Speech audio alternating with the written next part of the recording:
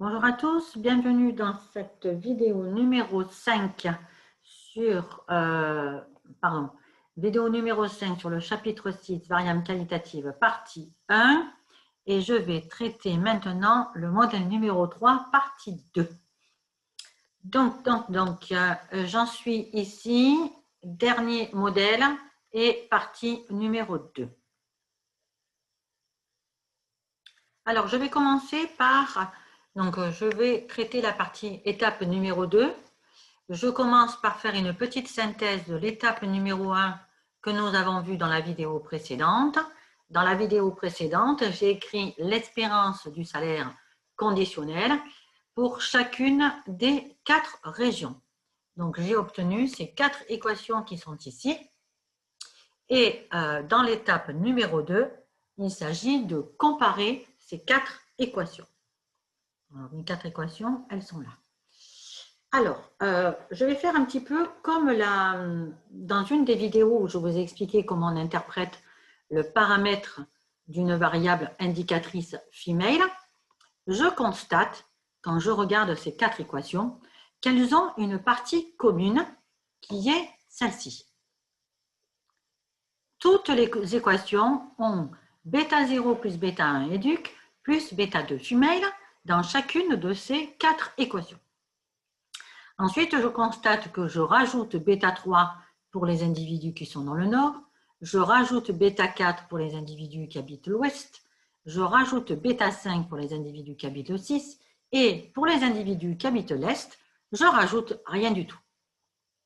Conclusion, c'est ce que je vous mets ici, je constate que le paramètre β3 qui est ici, c'est la différence entre l'équation numéro 3, c'est-à-dire l'espérance du salaire conditionnel pour ceux qui sont dans le nord, moins l'équation numéro 6, c'est-à-dire moins l'espérance du salaire conditionnel pour les habitants de l'Est. Ensuite, je constate que le β4 qui est ici, c'est la même chose, c'est la différence entre l'équation numéro 4, c'est-à-dire l'espérance conditionnelle pour ceux qui habitent l'Ouest, moins la dernière équation, c'est-à-dire l'espérance conditionnelle pour ceux qui habitent l'Est. Et enfin, le troisième paramètre β5 qui est ici, c'est la différence entre l'équation numéro 5 où je suis, c'est-à-dire l'espérance conditionnelle pour les habitants du Sud, moins la dernière équation, c'est-à-dire l'espérance du salaire pour les individus qui sont dans le Sud. Donc, c'est ce que j'ai écrit ici, là. Et donc, vous constatez que pour interpréter chacun de ces paramètres, je fais toujours la différence par rapport à l'Est. Et c'est pour ça, comme je fais la différence toujours par rapport à l'équation numéro 6, c'est pour ça qu'on a dit que la région Est était la modalité de référence. Je vais raisonner par rapport à la région Est. Donc, c'est comme ça que je la reconnais. Bien, première étape. Ensuite, je vais appliquer cette interprétation des paramètres que j'ai ici, là, sur les résultats de SAS. Alors, voilà ce que nous obtenons.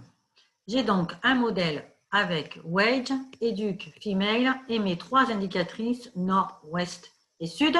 Et je demande à SAS de m'estimer ces paramètres.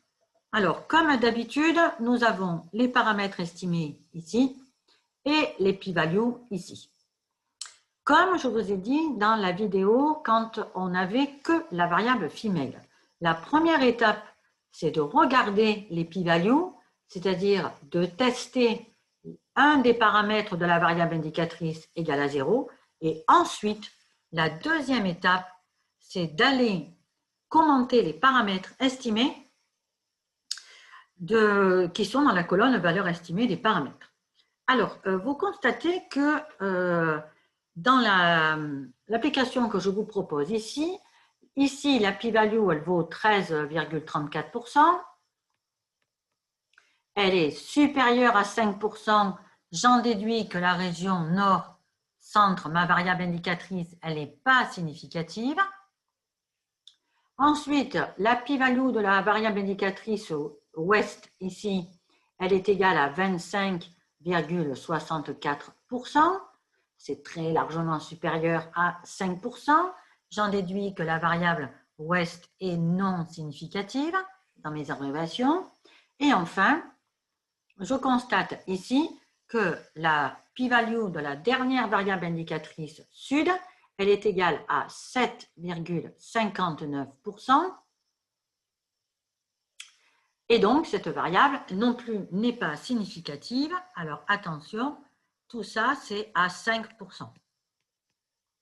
Hein? Par défaut, on a dit depuis le début de l'année que je teste avec un risque de première espèce à 5%. Alors, les commentaires, j'ai bien envie de vous faire travailler en petit groupe quand on est en cours lors de nos séances de questions-réponses, mais je voudrais faire deux petites remarques sur les articles que vous pourriez trouver quand vous allez chercher des articles d'économétrie pour votre apprentissage par projet. Alors, la première remarque que je voudrais faire, que j'ajoute, c'est qu'en général, en dessous de nos tableaux de paramètres estimés que vous allez trouver dans les articles, il y a quelque part indiqué modalité de référence. Donc, c'est pour ça qu'il faut connaître le vocabulaire. Ici, c'est la région Est, c'est-à-dire c'est la région par rapport à laquelle je vais faire mes comparaisons. Ça, c'est le premier commentaire que je voulais rajouter. Le deuxième commentaire que je vais rajouter, c'est que vous allez peut-être voir dans les articles que vous allez trouver pour vos APP que le risque de première espèce que j'ai fixé à 5% depuis le début de l'année, en fait, en pratique, on a trois seuils différents. J'ai des variables qui vont être significatives à 1%. Ça veut dire que c'est des p-values qui sont inférieures à 5%. J'ai des variables explicatives qui vont être significatives à 5%, c'est-à-dire que les p-values sont compris entre 1 et 5%. Et enfin, j'ai un troisième groupe de variables, des variables qui sont significatives à 10%, c'est-à-dire que la p-value est comprise entre 5 et 10%. Alors, vous allez aussi remarquer qu'on a tous la même manière d'écrire les choses. Dans les paramètres estimés, vous allez voir que quand on fait un test et que la variable est significative à 1%, on va mettre 3 étoiles. Ça veut dire comme des étoiles pour un hôtel. Hein. Ça veut dire qu'il est très, très apprécié d'avoir un risque aussi petit que 1%. Ensuite, quand il est significatif, le paramètre ou la variable à 5%, on mettra 2 étoiles pour dire que bon, c'est moins bien que 1%, mais c'est pas mal. Et enfin, le dernier seuil de 10%, on va mettre une étoile dans les articles de recherche que vous allez trouver pour expliquer que bon, c'est vraiment le dernier seuil que je veux accepter. Je ne mets qu'une étoile parce que vraiment, ce n'est pas si bon que ça. Alors, tout ça pour vous expliquer que, en fait, je constate que si je prends un seuil, un risque de première espèce à 10%, alors la variable sud, ici, elle est significative. Donc, si je prends les notations avec les étoiles, vous allez voir dans les articles de recherche que là, vous allez avoir une étoile. Dans la colonne paramètres estimés, vous avez la valeur, moins 0,66, et il y aura une étoile pour indiquer que c'est significatif à 10%. Donc, ça veut dire que à 10%, pardon, c'est quoi mon hypothèse H0? Oui, elle est là, mon hypothèse H0, c'est mon bêta 5. Donc, quand je teste H0, bêta 5 égale à 0, au lieu de prendre 5% pour rejeter, je vais prendre 10%. Je constate que la p-value est inférieure à 10%, et donc je rejette H0 à 10%. Bien, donc ça, c'était pour vous expliquer que les notations des articles de recherche que vous allez trouver.